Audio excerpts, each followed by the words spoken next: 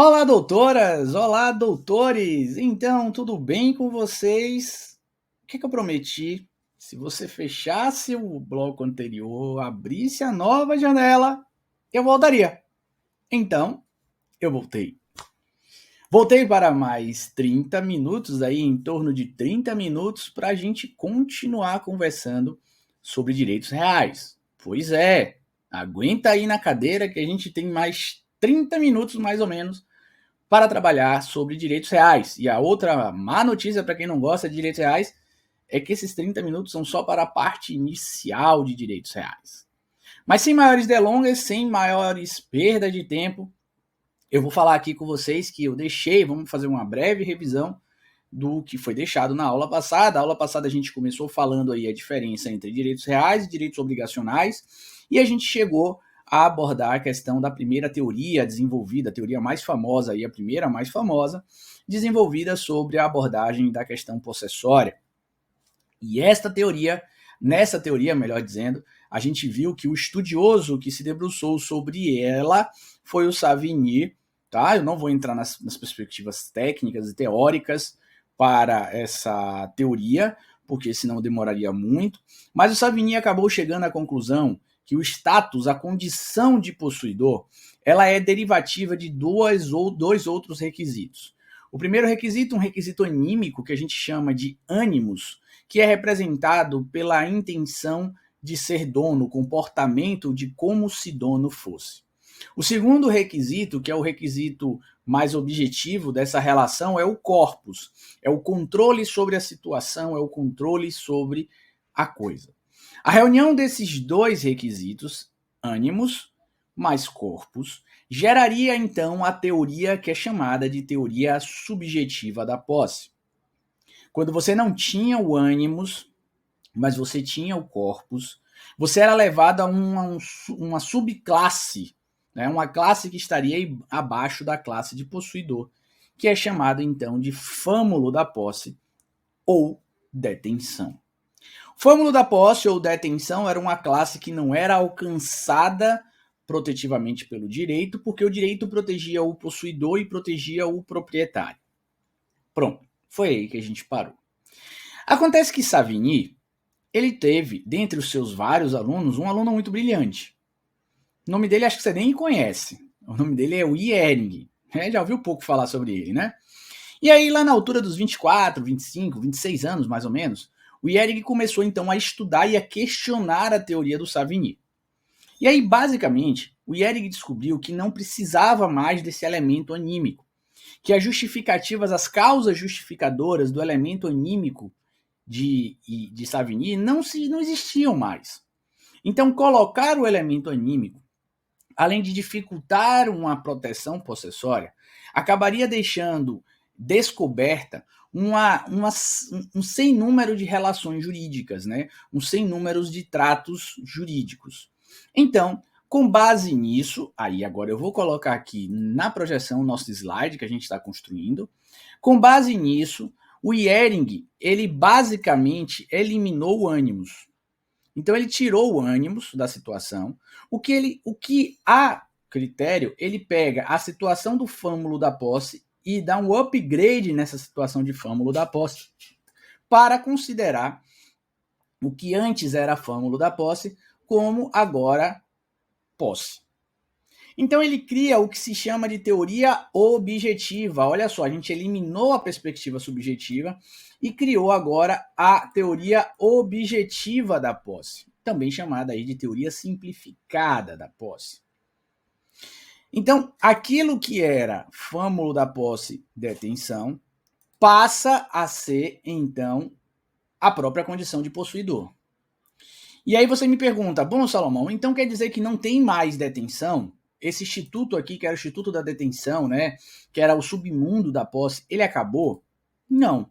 O Ehring entendia que a gente não poderia eliminar o Instituto da Detenção porque ele era um instituto de equilíbrio de relação social. Só que ele tem que ser excepcional.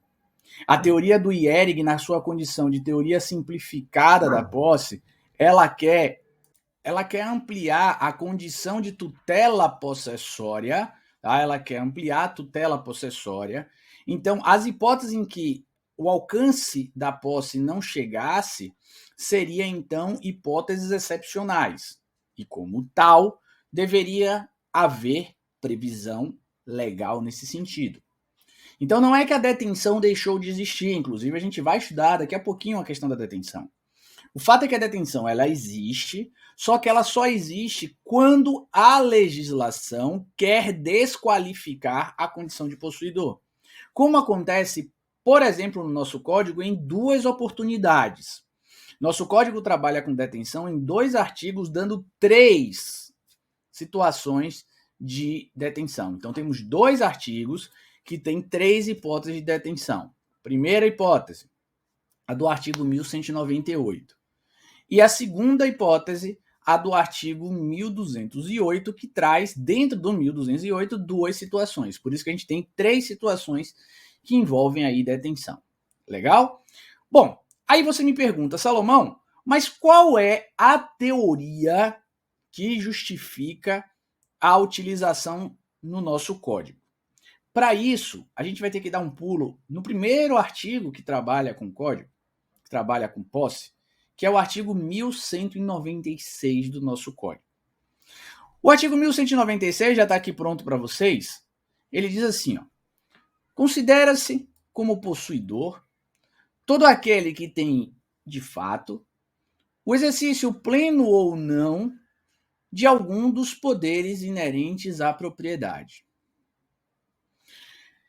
Da leitura do 1196, a gente já percebe que o código ele optou por não nem mesmo utilizar a palavra posse, porque ele utiliza o titular da posse, né? Ele utiliza aqui a expressão possuidor. Considera-se possuidor todo aquele que tem, de fato, o exercício pleno ou não de algum dos poderes inerentes à propriedade. Então, para que a gente possa entender esse dispositivo, tá? Para que a gente possa entender esse dispositivo, a gente tem que ir lá. Eu vou até fazer uma coisa aqui, ó. Vou tirar você daqui. Vou colocar você aqui. A gente. 1-0. A gente vai ter que ir lá. Vou voltar aqui a tela, que eu vou pegar o artigo. A gente vai ter que ir lá no artigo 1228 do Código, para a gente entender quais são esses poderes que o artigo 1196 fala. Então vamos lá, já trouxe ele aqui, vou voltar aqui para o PowerPoint, e aí vamos projetar aqui o 1228 do nosso código. E aí o 1228 do código, ele nos diz assim, ó, pessoal. 1228 do código, tá aqui, ele diz pra gente o seguinte: o proprietário tem a faculdade de usar, gozar e dispor da coisa e o direito de reavê-la do poder de quem quer que injustamente o possua ou detenha. Então percebam uma coisa interessante, que nesse artigo 1228, o legislador ele nos fala que o direito de propriedade, e aqui também ele tem uma opção, tá? Ele não usa a palavra propriedade, se você observar. Ele fala só no titular, ele fala em proprietário. E aí ele fala dos poderes. Quais são esses poderes? Ele fala aqui, ó, uso, tá? Então ele fala usar, gozo, dispor, tá aqui, e o reaver. Então você já observa que o código ele utiliza essa correlação. E aí basta você ter um desses poderes, tá? Estamos aqui, ó, usar, gozar, dispor e reaver. Basta que você tenha um desses poderes que você já será considerado como possuidor. Perceba que nosso código não utiliza o elemento anímico, ou seja, o que está previsto aqui é a utilização da teoria objetiva da posse. Pronto. Então, pelo artigo Vou até botar aqui, ó, pelo artigo 1196, nós passamos a entender, então, que o código trabalha para nós com a teoria objetiva da posse, certo? É o que está aqui, a gente acabou de ver, perfeito? Perfeito. Aí vem a prova do concurso e diz assim para você, o Código Civil utiliza exclusivamente a teoria objetiva da posse. E aí você vai lembrar do artigo 1196 e vai dizer assim, eu ganhei essa questão. E marca lá como certa. E aí? Aí, pessoal, você entrou por água abaixo. Pô, Salomão, não é porque eu entrei por água abaixo, se o artigo 1196, ele fala, aí não fala em aspectos subjetivos, então ele apresenta a teoria objetiva da posse, mas por que está errado? Porque nessa questão que eu te falei, o avaliador falou em teoria exclusiva objetiva, né? Ele disse que usa exclusivamente a teoria objetiva. Só que, na verdade, pessoal, não é assim. O nosso código, ele é preponderantemente objetivo. Mas isso não quer dizer que ele é exclusivamente objetivo, tá? Vamos prestar atenção nisso. Prova disso está, por exemplo, quando ele trabalha com a uso capião, que está aqui, ó, o artigo 1238. Olha como é diferente. Aquele que, por 15 anos, sem interrupção nem oposição, possuir como seu um imóvel. Possuir como seu um imóvel. Olha essa expressão aqui, ó. Eu vou colocar essa expressão em outra cor. Na verdade, eu vou marcar. Como seu é o elemento anímico.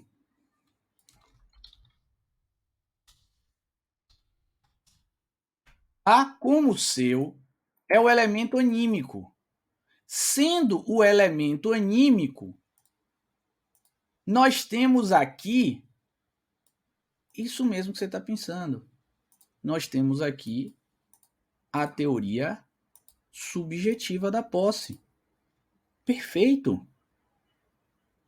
Nós temos a teoria subjetiva da posse funcionando aqui. Exatamente. Possuir como seu, temos aqui elemento anímico. Então, doutores, o que é que eu quero dizer isso aqui para vocês? Eu quero dizer para vocês que é errada a afirmativa que coloca que o Código Civil usa exclusivamente a teoria objetiva. Quando, na verdade, o código ele utiliza preponderantemente, faz diferença, tá? Preponderantemente a teoria objetiva, mas a gente tem elementos que se encontram aí sobre a teoria subjetiva também, tá? A gente viu aí, por exemplo, a questão da uso capião.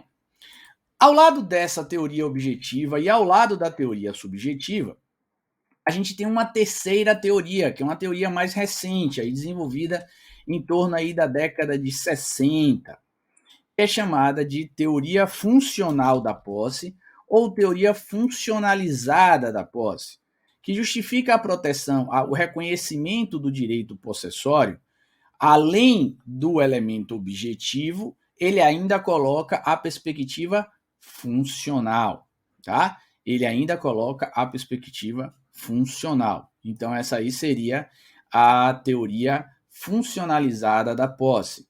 Nós temos previsão para essa teoria, conforme se observa no enunciado 492 da Jornada de Direito Civil.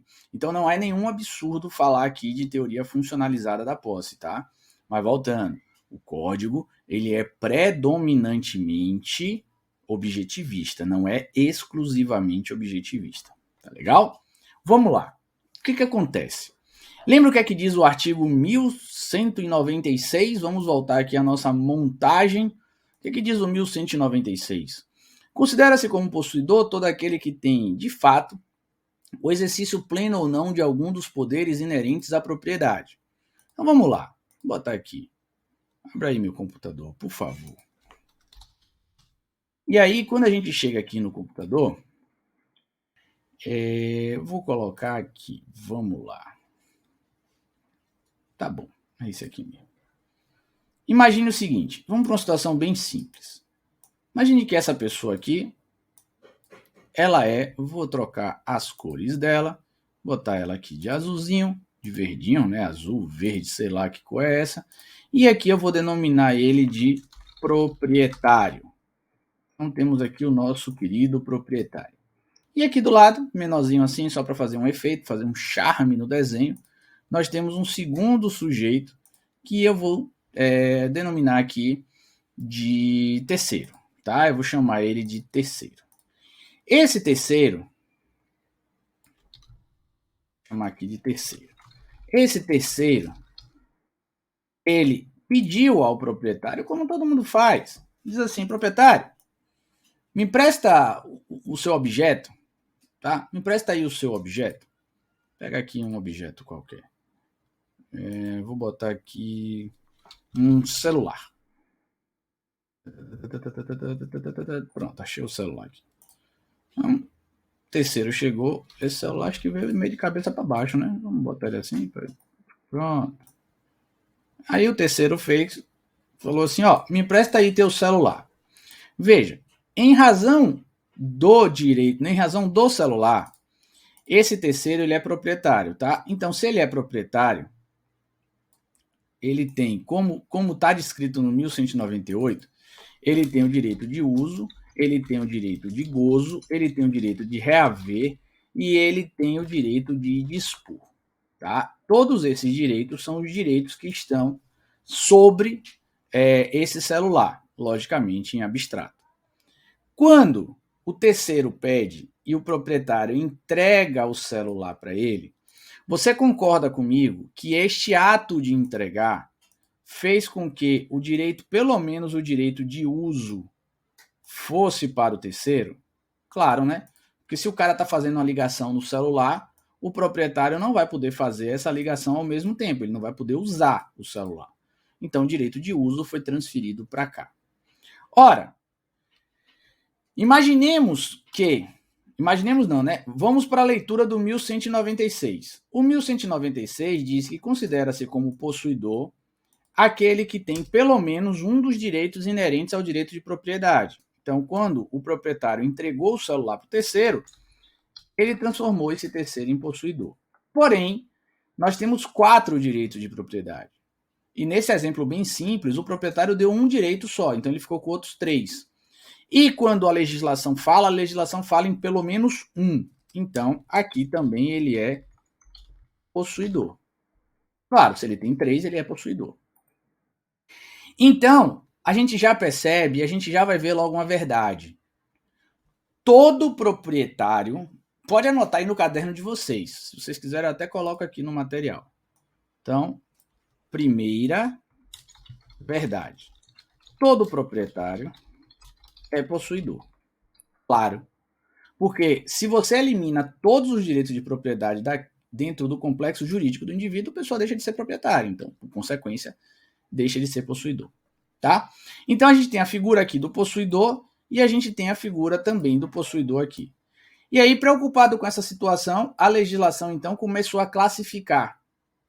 E aí, o 1197 diz assim, ó, a posse direta de pessoa que tem a coisa em seu poder temporariamente, em virtude de direito pessoal ou real, não anula a posse indireta de quem aquela foi a vida, podendo o possuidor direto defender a sua posse contra o indireto. Então vamos lá, vamos traduzir isso aqui.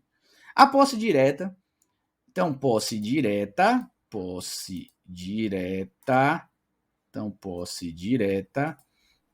de pessoa que tem a coisa em seu poder temporariamente, em virtude de direito real ou não anula a indireta de quem aquela foi a vida. Então tá aqui. Podendo o possuidor defender, depois a gente continua.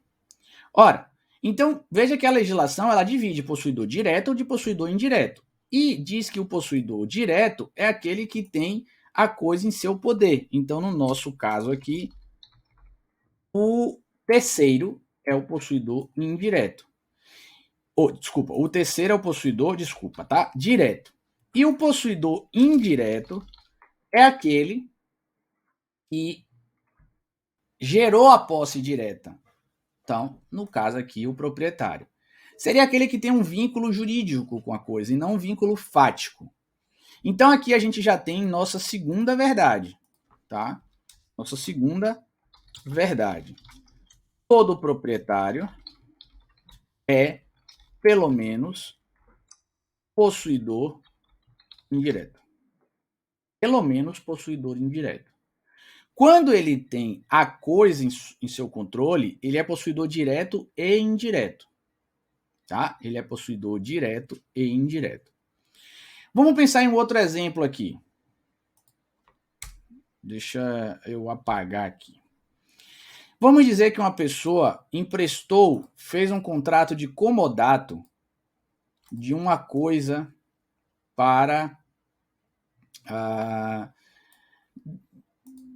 de locação. Vamos botar aqui. Fez uma locação com esse indivíduo.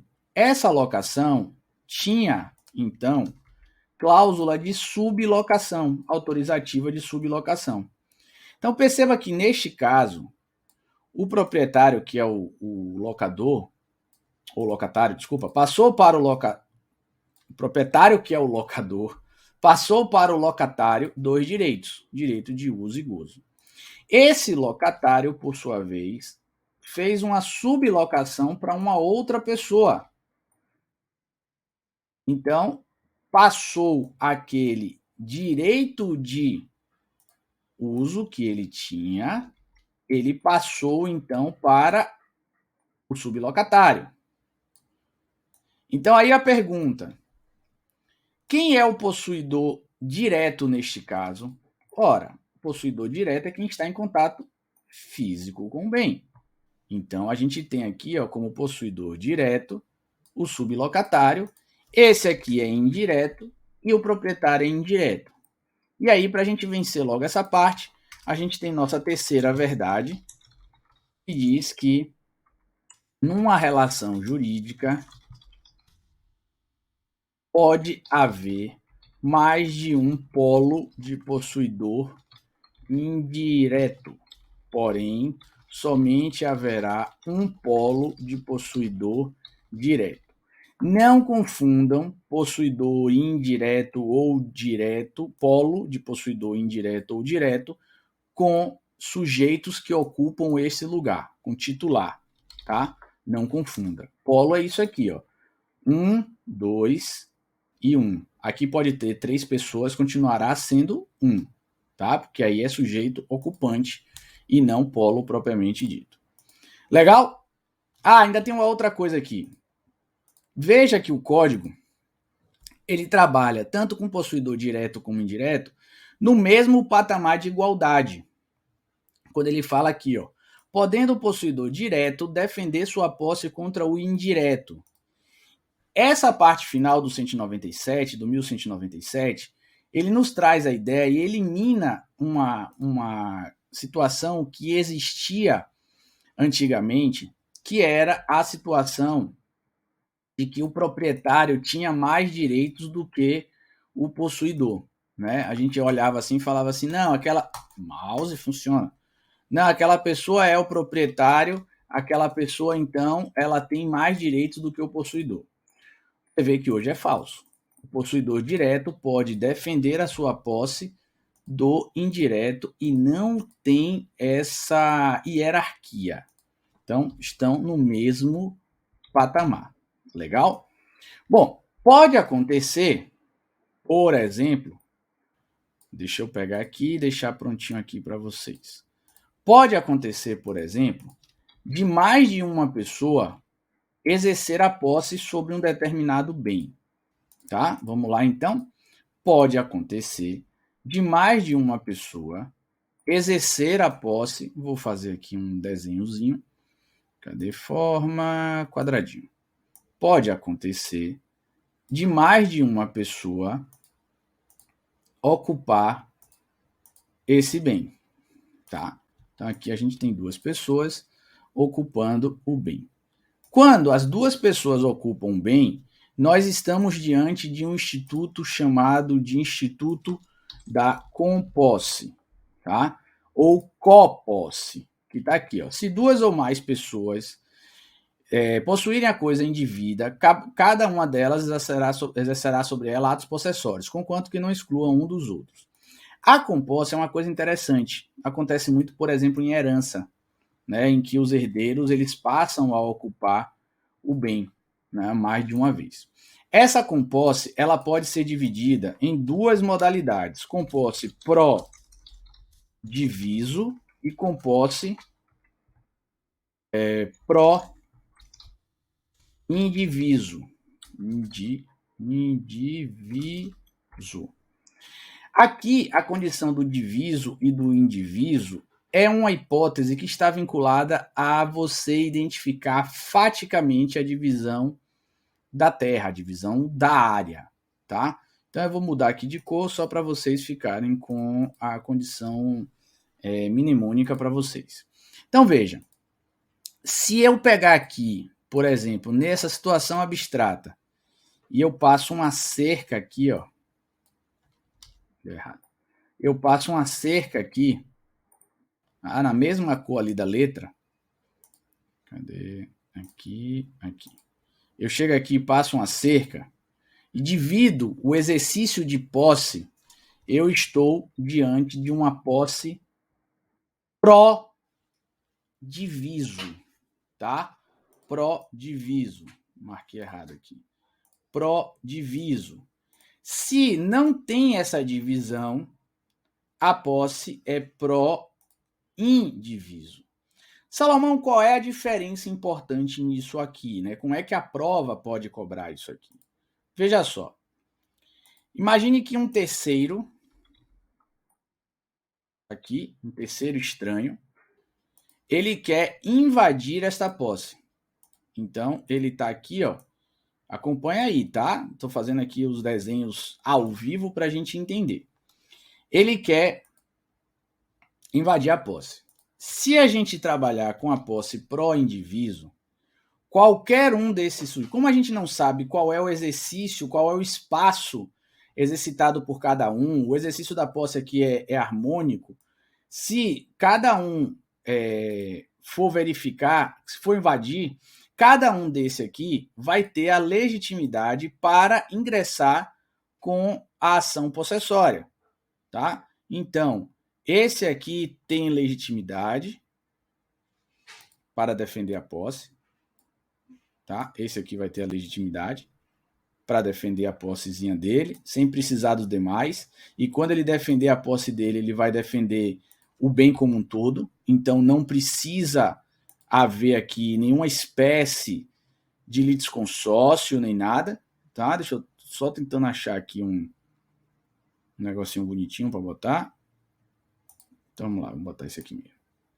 Então esse aqui tem a possibilidade de defender a posse dele. Esse aqui também tem a possibilidade de defender a posse dele, não, né? De todo mundo. Então não precisa de litisconsórcio. Você tem a legitimidade aí defensiva. E o daqui também pode defender a posse. Então não precisa chamar os outros, porque a gente está trabalhando com a posse pró-indiviso. Então, quando a gente tem uma posse pró-indiviso, a gente não sabe exatamente qual das posses foi afetada. Agora, quando a gente tem uma posse pró-diviso, uma posse que é devidamente dividida factualmente, a gente sabe aonde o invasor entrou, ou onde o invasor vai entrar. Então, nesse caso, somente o invadido tem legitimidade para defender a sua área, tá? Somente o invadido tem legitimidade para defender a sua área. E aí a gente tem mais um detalhe, que é a possibilidade de os possuidores se atacarem e se defenderem, né? Se defenderem, exercerem posse contra o outro. É o que desculpa, é o que a gente vê muito aí em procedimentos sucessórios, tá? A gente vê isso muito em procedimento sucessório. Legal, pessoal, nosso tempo aí de 30 minutinhos chegou ao final. Vou encerrar aqui e aí você fecha essa aula, vai abrir a próxima aula. A gente vai ter mais tempo para falar sobre a questão de parte geral aí de direitos reais. Legal? Então, beleza? Vejo vocês. Próximo bloquinho, próxima aula, na verdade. Até lá.